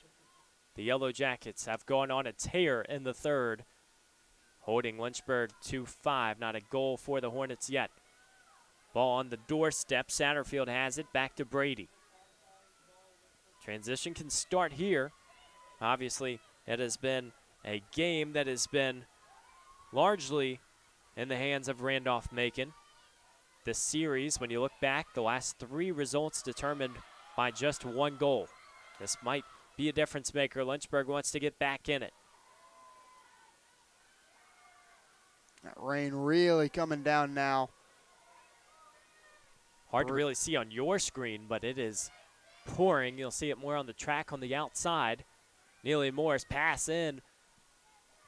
Just not collected cleanly from Seville, and now they can tail out, keep possession. It just continues rolling. The carousel has to keep on going. No lost possessions, no unforced errors. And Lynchburg's got to put together a run right here. Big-time collision. Everybody seems to be okay. Dumas colliding with, trying to check that number for Randolph-Macon. Looks visibly frustrated after that, too. You could just tell Dumas has been getting hounded throughout this game. It looks like it was Abby Dietrich who went down for the Yellow Jackets, and now Dumas a chance to shoot it. Goes over the top, bounces, stayed on the line, and somehow Emma Taylor does it again. A little bit of wizardry, and the ball does not find the net. The plays that Taylor has made, just sitting there, I mean, so patient, waiting for the offensive player to get there, waiting until that point of attack and just stepping into it and making the save. It's so impressive. What is that, 3 or 4 now in the game for Taylor? I mean, she's got 7 saves. She's only let 5 get by. This is the most impressive goalie performance I think we've seen on this field all season right now here from Taylor. And it feels like every save that's happening is just at the climax of a possession.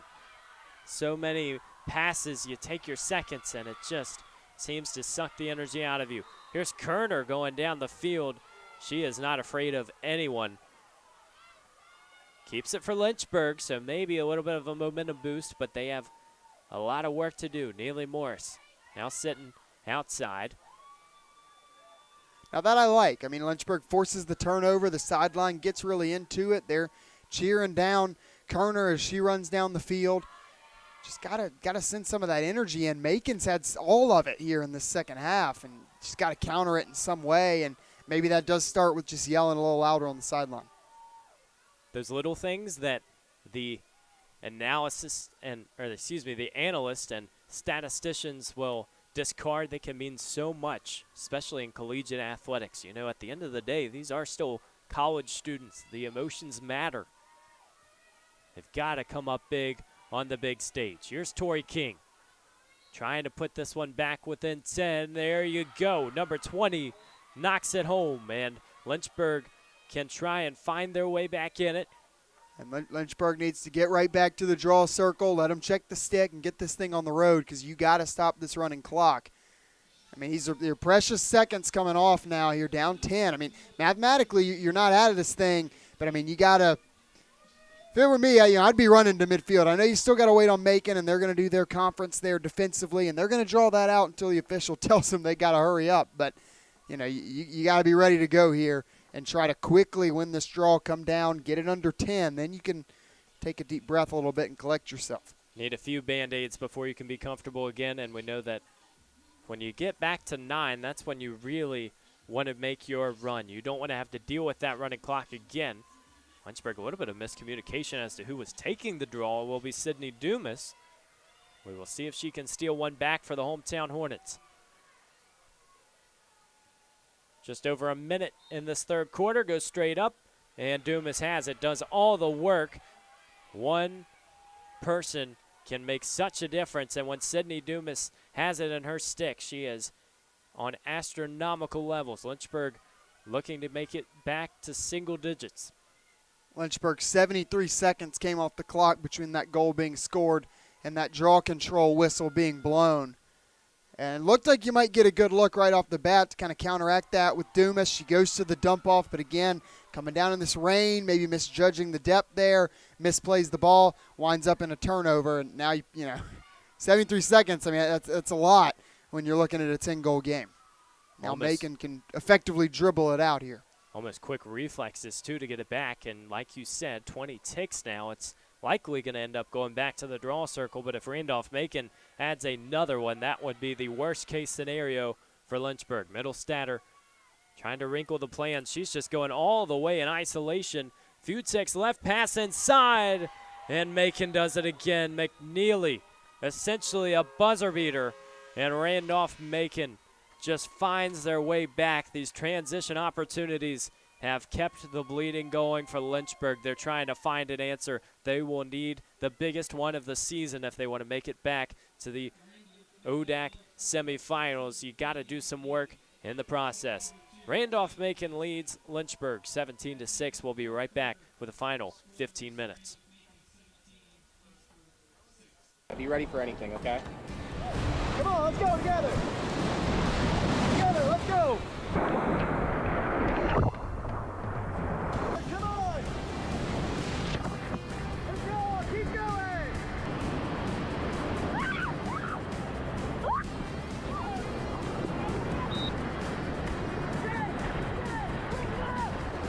The best to it.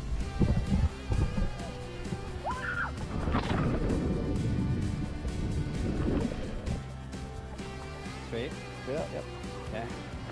Cool.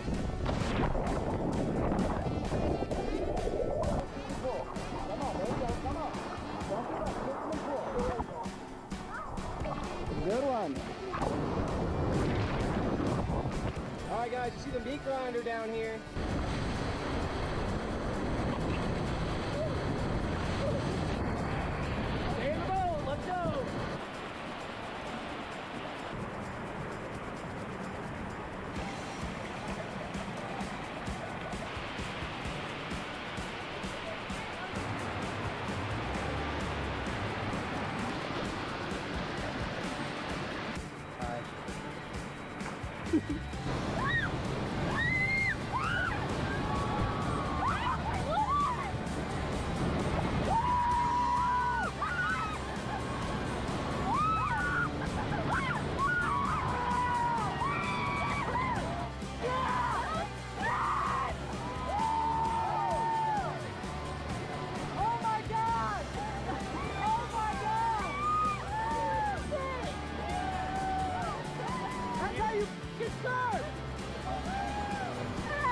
camera.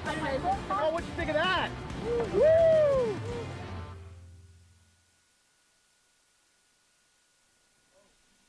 Substitution and goal for Lynchburg. Corinne West has entered the game as the initial draw will be scrambled before Lynchburg takes over. Sydney Dumas has it. The McNeely sisters have combined for 7 of Randolph-Macon's 17, outscoring Lynchburg right now, and the Hornets knew they needed some urgency, shot off the mark. Nothing coming easy to Lynchburg, and that is due in large part to Emma Taylor. And, you know, obviously let one get by there just a few moments ago, right before the end of the third quarter. But I don't know, I have a feeling she might just take that one personally and, you know, almost take it upon herself to rattle off another impressive streak of stopping those Lynchburg shots. Everything and anything headed her way is pretty much ended up in her stick. Yellow card is shown. Well, not only that, Randolph-Macon crew here down below us, Evan, I think getting a little talking to from the official, chirping back and forth with Peyton Seville there. And you mentioned it earlier. I mean, these two teams are familiar with one another. It's no love lost here between these pair of small avian foes, but got to keep everything classy, and that's classy, been tricky here recently. As classy as an ODAC quarterfinal is going to get. Exactly. You know the energy's going to be there, and it certainly is supposed to, being the postseason. It's a long season. I mentioned how it goes back essentially to January in the preseason, but absolutely when it comes down to 60 minutes, you're going to feel a little heightened emotion. Randolph-Macon has done it so well this season. They have really mimicked a lot of what Lynchburg has done from a scoreboard sense, but today getting the better of the Hornets.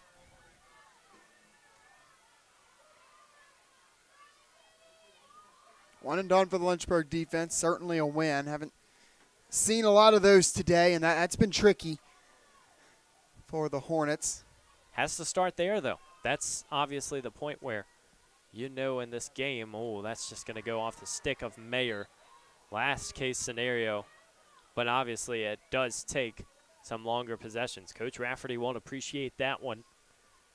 Well, I mean, you know, in the best of circumstances, those cross-field passes are just so difficult to sync up on. I mean, it's not a big ball. So, you know, you factor in the weather, and, yeah, that's just tough. And, you know, we say it a lot, Evan, the unforced errors, but they've plagued Lynchburg a little bit today. The turnover battle was pretty even at halftime. Have to imagine that stat will climb as a result of that third quarter and change. These teams, obviously with their season on the line, as this one off the mark, almost just a little flick towards the net. Both teams combined for 0-7 versus ranked squads. So whoever gets W&L in the next game will try to break that streak. But also going up against a streak of history from the Generals. They haven't lost but one since 2003, and it looks like Randolph-Macon is headed that way. Slots another one home, and it just seems like every possession now, even if they're not getting the goal, they are getting the look that they want, and oh, wow. Who else than Cammie McNeely? Make it 8 between the McNeely sisters today. Well, and you know, Evan, we try to make it as simple as we can, you know, when we're able to. And anytime that you come out here, especially on the road, you come out and you shoot 63% and your goalie saves over 60% of the shots they face. I mean, it's just, that's a hard formula to lose with. And then when you factor in the effort here today from Randolph-Macon's defense, a lot of it by Taylor, stopping some of those sort of gimmies that Lynchburg's used to scoring on, you know, making Lynchburg uncomfortable, taking them out of rhythm. On offense, you know, holding the Hornets to a near season low here, 6 of 22. And right off the top of my head, I believe the lowest shooting percentage of the season at home. Just unexpected. But credit to Randolph-Macon, just a full team effort here in putting together this now 18-6 disparity. Certainly have to give them credit, and you look at the stats and try to make sense of some of these games, and it can be tough because you want to always attribute it to something. You know, did Lynchburg just finish the season with 2 tough of competition in one span. We know they really had some beast on their schedule in the late span, but sometimes it just comes down to that execution. They've struggled to really keep these possessions as Dumas loses it in traffic. Now a scramble for it. Hornets almost ended up with it. It will head the Yellow Jackets' way. So if this game holds, Sam Graham, this would be a stat that I don't know if we've had in a season before. Every single game was decided at the half. Lynchburg is 10-0 when leading, 0-7 when trailing. They trailed at the half of this one. Well, yeah, and again, we sort of went over the main reasons why we left out the draw controls. That's certainly not gone Lynchburg's way tonight either. And, we've seen that in some other games as of late. Those draws just really, we felt like in that, the Shenandoah game is a great example. It felt like those two teams played relatively evenly, but Shenandoah just cleaning up there at midfield and just got more opportunities. That's been tricky first things foremost, but then also Lynchburg, when they're getting those shots and getting those possessions, shooting 27% on the day. I mean, the lowest this season came against Washington and Lee at 18%, but the lowest at home was that Shenandoah game at 32, so a good 5% better than where they sit right now. So that Randolph-Macon defense, we said it, top of the broadcast, right? Defense probably in a game and a series where the two teams tend to skew offensive, who was going to step up and have a great defensive game? That might be what spurs on, a win or a winning run, and that's sort of what Macon's done here coming out of that lightning delay.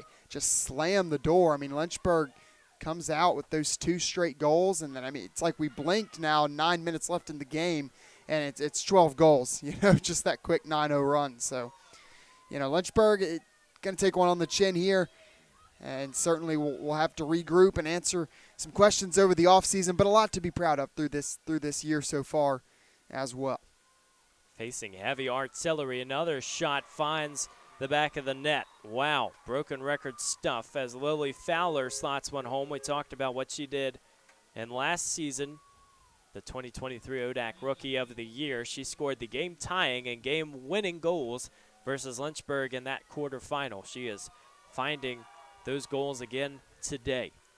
You mentioned how, we look at the season, and obviously we don't want to go and insinuate completely, but 8 minutes to go, you're down 13. It is going to have to be a very, very quick climb back. But Coach Rafferty, in her first season, has to feel proud of at least getting this group together. You still have recruits that are going to come in that are completely from Coach Rafferty's recruiting, a lot of these from Coach Reed in previous seasons. You know what the sophomore class has been able to accomplish. Sydney Dumas has really been the headliner from a goal-scoring sense, but so many others, and to be able to come out, get a winning season, and once again solidify a high seed for the ODAC tournament, being the 4, I think you appreciate those victories.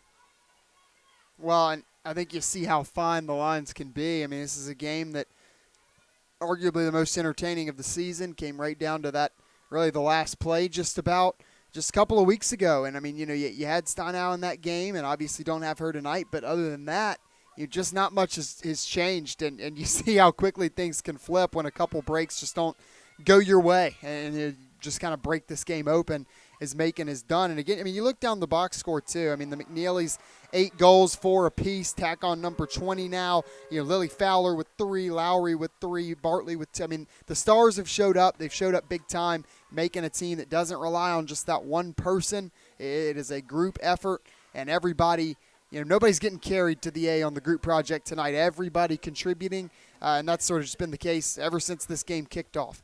Absolutely. It has been really just a vibe check in the second half for Randolph-Macon. They came out vocal. They knew what it would take, and really since that lightning delay, despite the first couple of minutes, they have just been on a roll. Score check from elsewhere in the ODAC. We know this game was a little bit later than anticipated. So in the 3-6 matchup, Shenandoah has defeated Bridgewater 23-6. They'll have a date with Roanoke in that semifinal. As things are currently slated, it will be Randolph-Macon who travels to Lexington to play WNL. And so Shenandoah and Randolph-Macon have the tall task of trying to erase history that we have seen between WNL and Roanoke. Pretty familiar foes in that championship battle. Well, at least coming down. Wow, what a play. Whoo! That's like pinball and somehow finds its way through. Goodness great. I mean, Corinne West is on top of that one. Haywire bounce, I'm not even sure. Take a look again. West just kind of nicks it, or did she? I don't know. What a play. It's just a phenomenal play running in from Rihanna Lowry, her 4th goal of the day, 3rd Yellow Jacket today to reach 4 of them with a hat trick, and I believe 6 of them in double figures. Things getting a little bit sunnier now, too. The rain clears up. Obviously, it is nighttime now. But, I mean, Randolph-Macon rolling with the punches. You know, I mean, it takes 3 buses even to get out here to this game. And you come out swinging. They were aggressor, you know, from the moment this opening whistle blew, that first draw control they won. Or, you know, Lynchburg wins first draw control. After that, I mean, it's been all Macon. Lynchburg has never led. You know, Macon just came in here, made a statement, and not the same way that they did it last year. But, you know, I mean, Lynchburg goes to their place last year for that regular season matchup, steals one from them down there, you know, comes from behind to win that one close by that 1-goal score. That was a highlight win on the season for Lynchburg. And then Macon, again, they respond, take it personally, come here and get Lynchburg back on their turf, doing the same thing sort of here. And I know not a 1-goal game here. It's certainly not what we expected to have this sort of margin. Things can snowball. But, you know, Macon just one of the more responsive teams in the ODAC. And, I mean, you know, a team that's growing up. I'd watch out for this team next year, Evan. You mentioned, 7 of their top 8 scorers coming back next year. They return 9 of their top scorers from last year. And it's an onslaught right now. And how about this? We haven't even talked about this. The last 2 rookies of the year in the conference, 22 and 23. I mean, there's a lot of youth and talent on this roster starting to put it together. And we'll see if it's enough to match up with WNL, but they're putting something together. Well, and Cammie McNeely is a freshman as well, and, you know, we don't want to go ahead and look at the freshman or rookie of the year standings, but, you know, her name would at least be mentioned. It has been a really nice campaign, and it is just a party for Randolph-Macon now, a tale of 2 sidelines as Lynchburg will have to regroup. You know, this is the final game for many of these seniors. We thought it might be earlier in the year with those final games at home, but it just certainly has been a rainy evening for Lynchburg. They're trying to find those positives. It is always easier said than done. You get those first few days after a loss. It just feels so different, but the Hornets will roll with it. Again, nothing taken away from a campaign that featured 10 wins and 6 in conference, 6-3 record. Well, I mean, how about Cammie McNeely? You talk about, hey, look at those awards a little bit. You know, I think there's always something to be said, making a late season push and coming out here today, a 5-goal performance here to lead the team in this surprising turn of events here on the road, get a win in the ODAC tournament. I mean, that stuff will matter coming down to it. 33 goals on the year for McNeely. And that it will be another one for Dumas, who did clear 50 on the season here today. She has just continued to be sensational.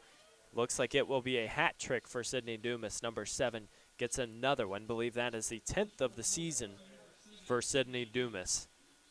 You talk about late season surges too. You think about trying to get everybody activated and calibrated at the right time. For this offense to have as many scores as they have had today for Randolph-Macon, you have to feel really comfortable if you're Coach Jaretowski that if someone is off or just not having that A-plus stuff going into that WNL game, you have other options.